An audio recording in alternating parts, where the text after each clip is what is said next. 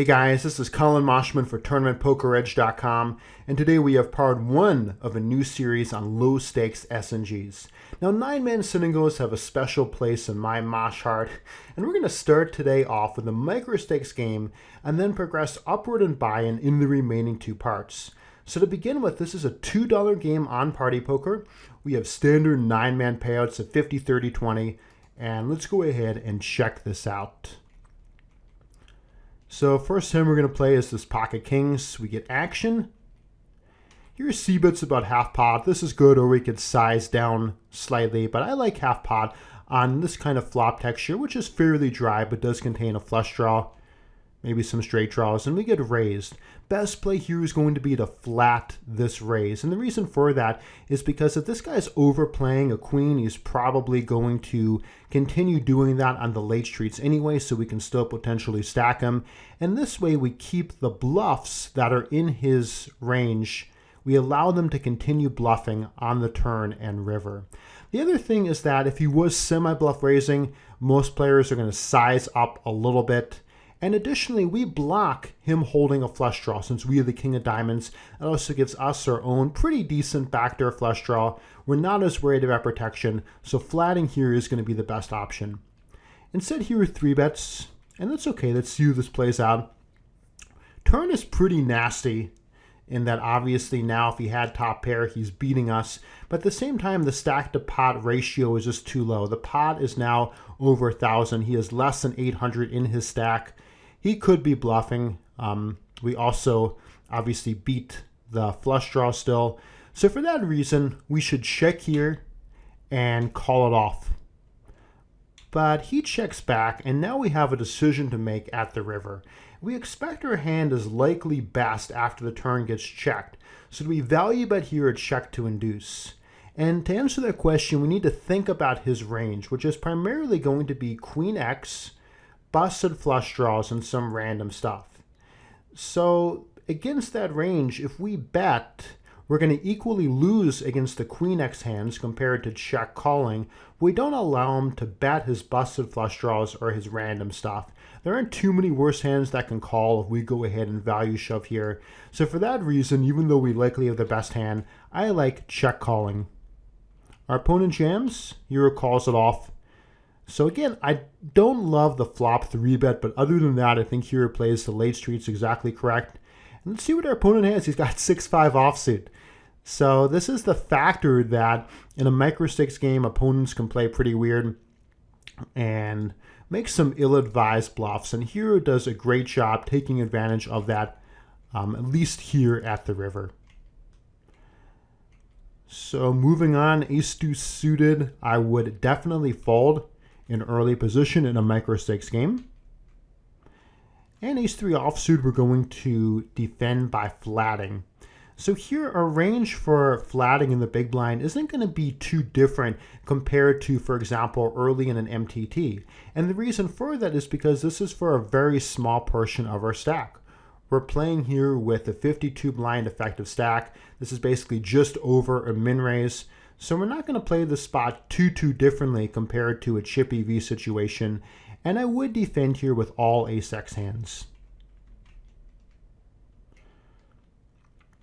Couple more folds.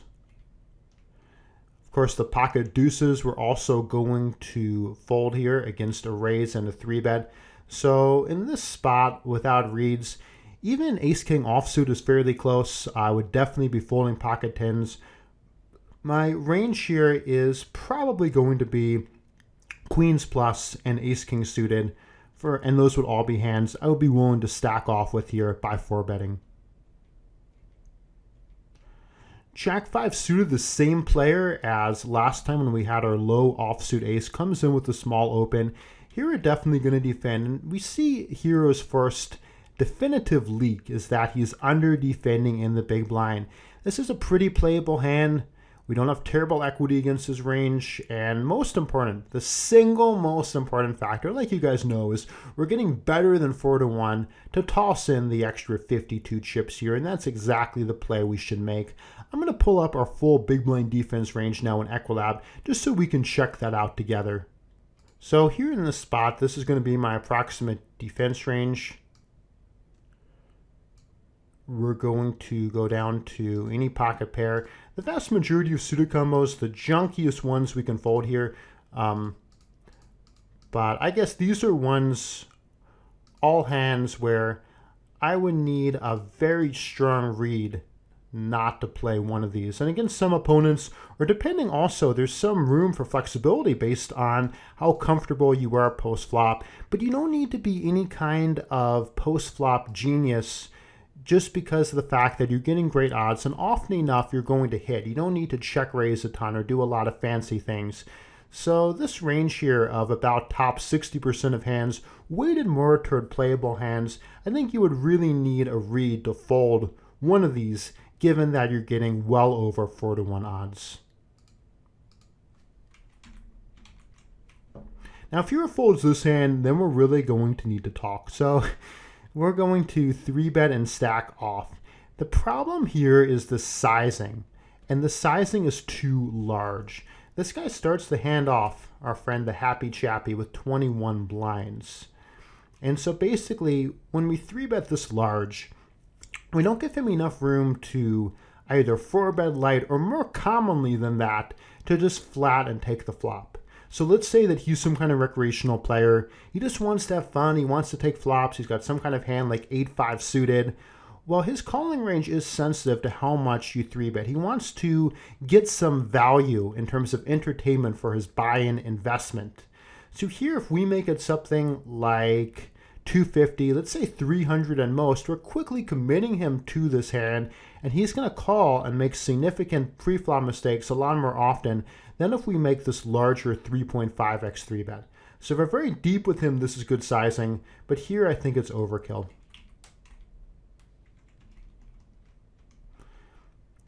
King Queen, same player has open, and here all of our options are on the table. So the main thing we want to do, we want to look at stats. If this guy is, let's say, a bad lag, I like flatting.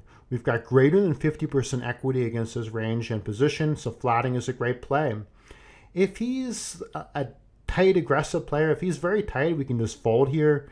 If he's like moderately tagged, we could even 3-bet fold and just take advantage of the king and queen blockers and the fact that he's probably going to be 4-betting a very tight range in that case.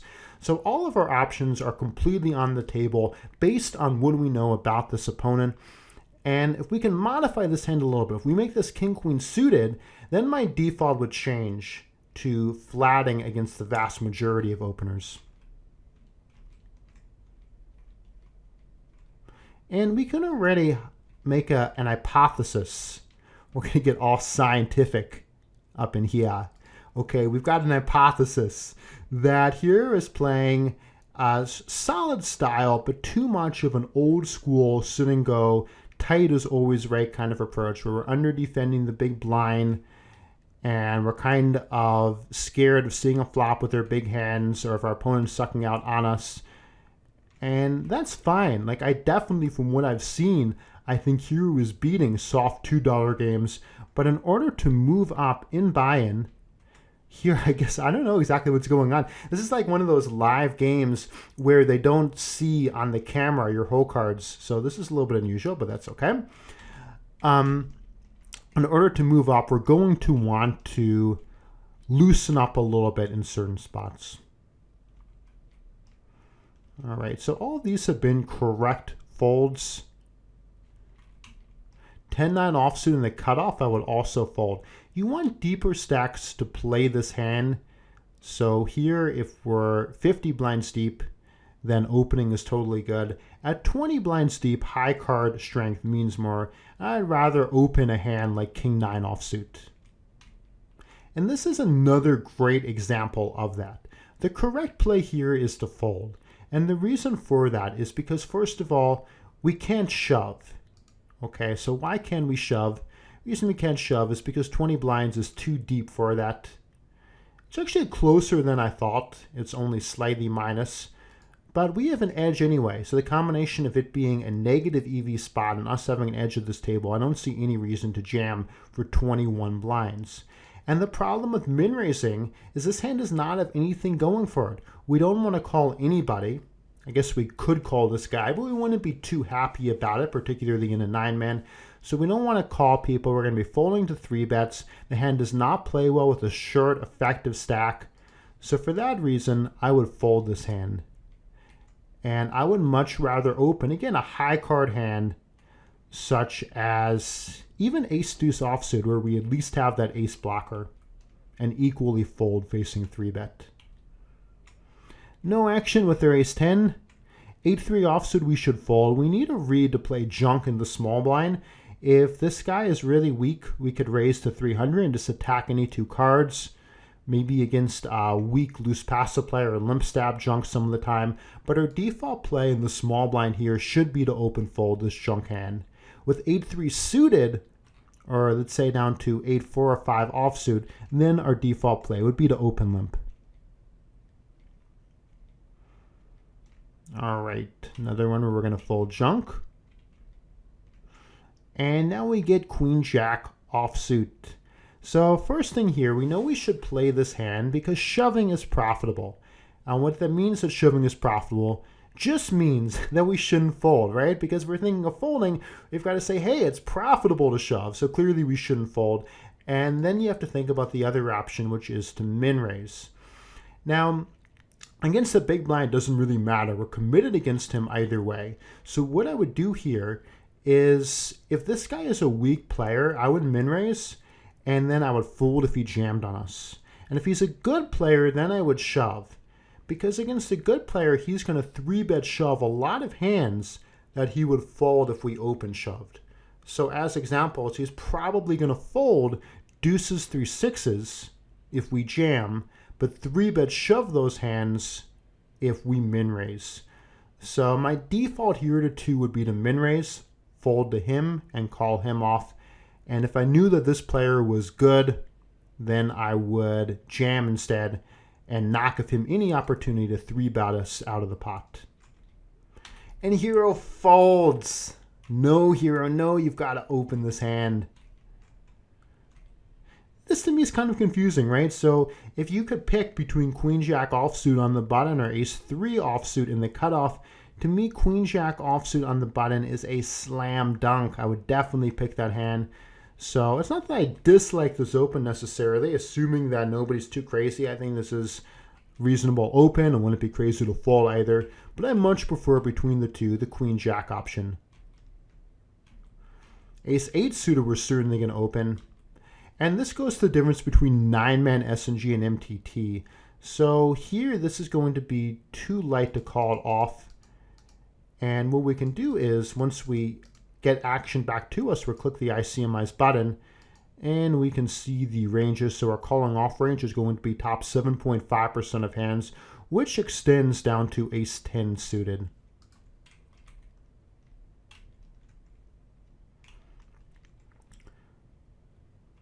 A few more folds before we get 5-3 off, and now pocket 10s.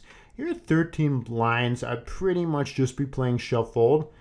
What I would do if these were recreational players is, if I had a premium hand, in particular queens plus, I would be min raising to induce. And most lineups though, I'd just be playing shove fold. If these guys were all regs, you could have a polarized min raising range and min raise premium hands, maybe starting at 10s, ace king, looking to induce, as well as some raise folds. But generally speaking, we're just going to be playing shove fold here, and a good jam with the pocket 10s. And pocket 5s, this is very similar to the pocket 3 spot. We don't want to play post flop. We don't want to have to raise fold this hand. We can raise call. So this is a shove or fold spot for 15 blinds. Between the two, which do you like? I like jamming. This should be profitable. We're hijack, 15 blinds, pocket pair. So I think that any pair, any suited ace, or any suited Broadway hand, we're just shallow enough that we can get away with shoving all of those hands and not having a crazy risk-reward ratio. And here, is that correct? So all the suited Broadways check, all the suited aces check, and it's incorrect. So deuces and 3s are going to be slightly minus, but by 5s we do have a profitable spot. It's not too profitable. Folding obviously wouldn't be crazy here, but anyway, I would jam.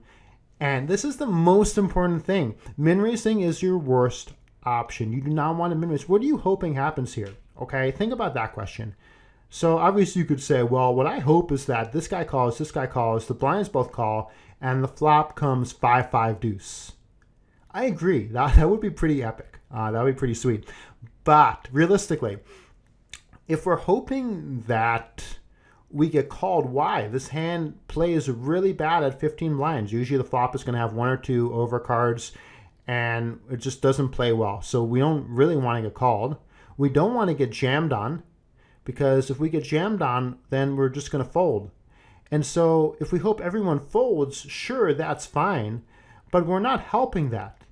Okay, if we want people to fold, we'd rather have an ace or a king in our hand, because then there are fewer combos in their 3-betting range because of the fact that we've removed premium combos, right? So for example, if we hold an ace, that means that there are 3 pocket ace combos left instead of 6, or 12 ace-king combos left instead of 16. So that's what we need in this spot if we just want people to fold, is a blocker.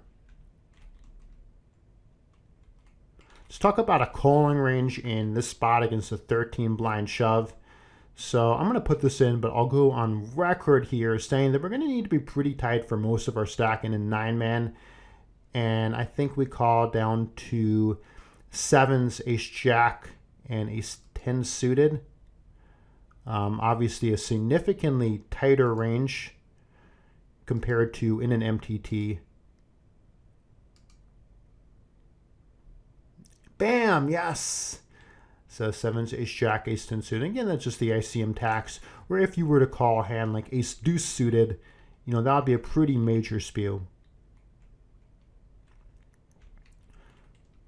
So all of these hands, we're just going to fold. Not too much we can do when we're dial chunk. What we don't want to do is force things. We want to find good opportunities to loosen up and seize profitable spots. But if we're getting dial junk, then we should just be folding. And that's particularly true now, and we're effectively on the bubble. This guy has 0.4 blinds. That is not a lot of blinds, in my opinion at least. So what we are is basically third in chips on the bubble. So we're going to need to have a profitable spot in order to seize it. We're not just going to be, you know, randomly making plays for that sake. Let's take a look at the showdown here. And these guys are both exactly correct. From Geconium's perspective, he has fold equity and he's the short stack anyway. So this is a great shove on his par with King Queen suited. And Asteroid Lap definitely cannot raise fold pocket 9s here for 10 blinds. Queen 7 suited, we should jam, which here correctly does. So our shoving range here is basically going to be, we're not going to shove junk. I would definitely fold junk, but any non-junk hand I would jam here. So we see our Nash shoving range is top 2/3. I would have actually been a little bit wider than this, probably incorrectly. But a few of these hands like 8-3 suited, Jack 6 and 10-6 off I would have jammed. But this is basically the normal range here for about 11 blinds on the bubble against 2 players with relatively equal stacks as us and Astrolab. Cosmic has been opening a lot, so here we can 3-bet shove fairly wide. Definitely the ace-10 offsuit, but factors that are favorable for jamming wide here are that for one thing, we're the short stack, and for another thing, we've seen this player open a lot. So we can also use ICMizer to analyze this kind of situation. And here's our jamming range. I think against him, I expect it's even going to be more profitable because I think he's going to be opening a lot wider than top 30%. So it'd probably be a real mistake to fold any of these hands. And I suspect against his actual ranges, even hands like King Deuce suited and 6-5 suited will be nicely profitable. And this is a great example. I would absolutely jam in the spot. This guy's opening a ton.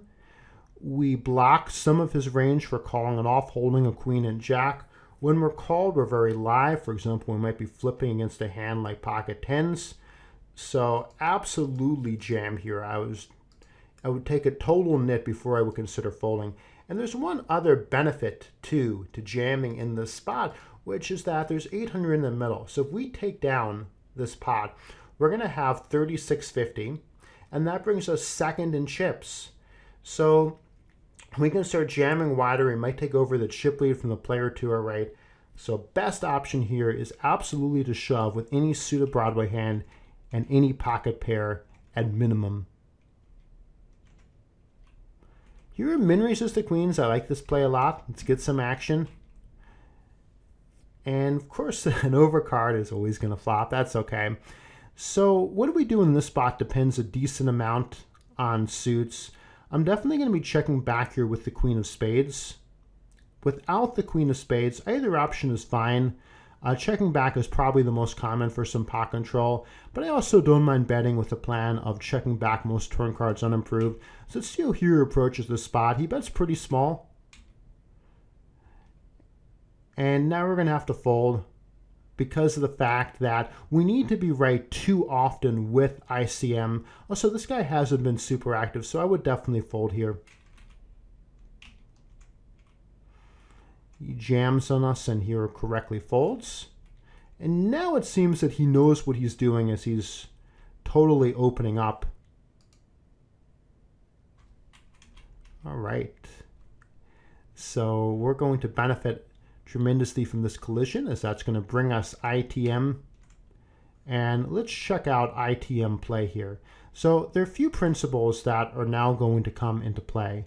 The first idea is that ranges are going to be wider in three-handed play compared to on the bubble. And the reason for that is because now everybody has 20% of the prize pool already locked up. Risk aversion is going down. And so if you're the big stack, that means you're going to have fewer opportunities to pwn. If somebody's jamming into you, you can call wider.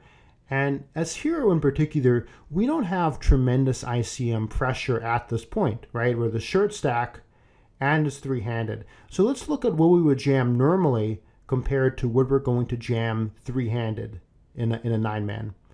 So if we do this from a chip EV perspective, and I'm also going to turn on future game simulation. We're well under 10 blinds. So this is just going to account for the fact that the blinds are about to hit us. So we're ignoring any 9-man payouts. And what do we jam? Top 42% of hands.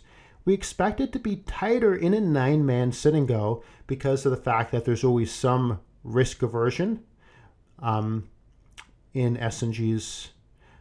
But I don't expect it to be dramatically tighter. So we have 42%. Let's see what it is here if we go back to 9-man. So here I'm going to select, it doesn't actually matter. I could equally select Poker Stars, for example, structure. But for consistency, we'll go back to this party. Okay, it's the same, which seemed a little bit too much in line with what I'm saying. So all that means is I haven't changed it back to ICM. I do expect this to tighten. And yeah, so this is a little, it went from 42 to 33, which is a slightly bigger tightening than I thought, but it's not all that tremendous. We're still jamming here hands like 7-6 suited, most suited kings, 10-7 suited. So we're still shoving a pretty wide range here. And of course the 9-6 offsuit that Hero has is a fold.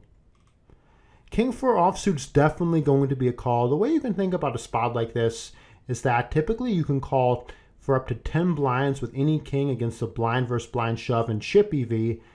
And so in this kind of a spot when we're the short stack three-handed, we're going to need to be tighter than that. But with 5 blinds, we can absolutely call with King 4 offsuit. We don't have to be that significantly much tighter because the alternative is to get completely blinded out. So here we should call down to King Deuce offsuit, which Hero correctly does. This is a fine shove on his part with the 5-3. He can either shove 100% of hands or just fold junk. 6-4 suited, we've got to fold. Geconium is just coming alive. He's not folding much. And he goes to Queen 7 suited here, which is correct. I do like this call on his part. So if we go back to it and we look at this from his perspective, let's say once hero has folded, what we can actually do here is switch the cards. Actually getting that wrong. What you want to do is click on big blind, and then we can pretend that we're the player in the big blind. So we switch to taking on his perspective. So what we say is we generate this hypothetical situation where the small blind is jammed and we're considering whether or not to call it off with Queen 7 suited. And I believe the answer here is that we do call it off with that Queen 7 suited.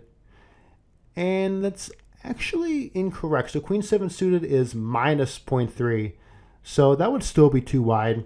And even though this is not for a huge part of our stack, this guy's jamming 2,700 and we have 7,500 to start off the hand, he has to be shoving wider than this in order for the Queen 7 suited to become a call. So is he really going to be jamming only top 46%? Against a lot of regs, the answer is no. So if we widen his range, let's say here we widen it to 57, then at this point that becomes pretty close. But at least with the default Nash ranges, what I said is incorrect, and his call with the Queen 7 suited is still too wide. He does though bank a pretty sweet socket at the turn, and that brings us to heads up play.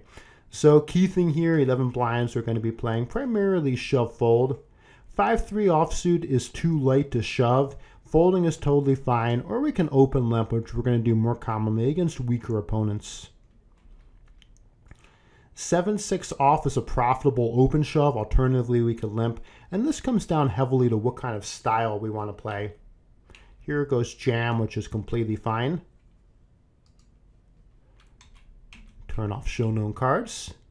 We make a correct call with the ace 4 suited, and that brings us to jack 4 suited, which here are open limps. Too deep to shove, our options are going to be to limp or min raise. My style is to mainly be min raising at this effective stack, unless my opponent's very aggressive, and I'll be switching to limps.